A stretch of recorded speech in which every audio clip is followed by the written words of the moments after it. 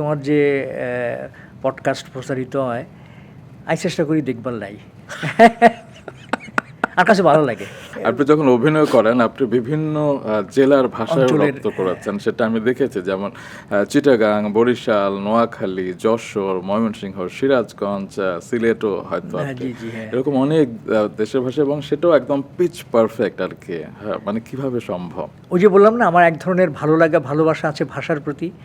আর আমাদের দেশটা তো আসলে আমরা তো সবাই বাংলা ভাষাভাষী, তাই না? জি। কিন্তু প্রত্যেকটা অঞ্চলের কিন্তু নিজস্ব একটা ভাষা আছে, নিজস্ব একটা রস ডায়ালেক্ট আছে। জি। হ্যাঁ, এক ধরনের উচ্চারণের একটা ভিন্নতা আছে। জি। তো ওই জিনিসগুলো আমাকে খুব অ্যাট্রাক্ট করে, কারণ প্রত্যেকটা এলাকার মানে আমি যেটা শুনেছি সেটা হলো যে প্রত্যেকটা 7 মাইল পর পর ভাষার বিবর্তন হয়।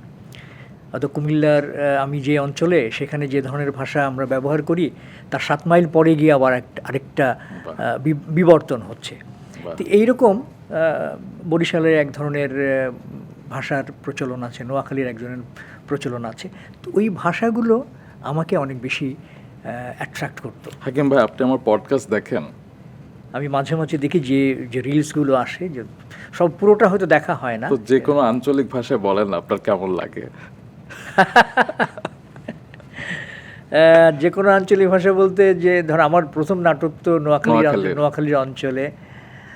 আমি চেষ্টা করি তোমার যে পডকাস্ট প্রচারিত হয় আমি চেষ্টা করি দেখবার লাই আমার কাছে ভালো লাগে। ওরে বাবা! না, আসলে তোমার উপস্থাপনা অনেক সুন্দর, অনেক ভালো।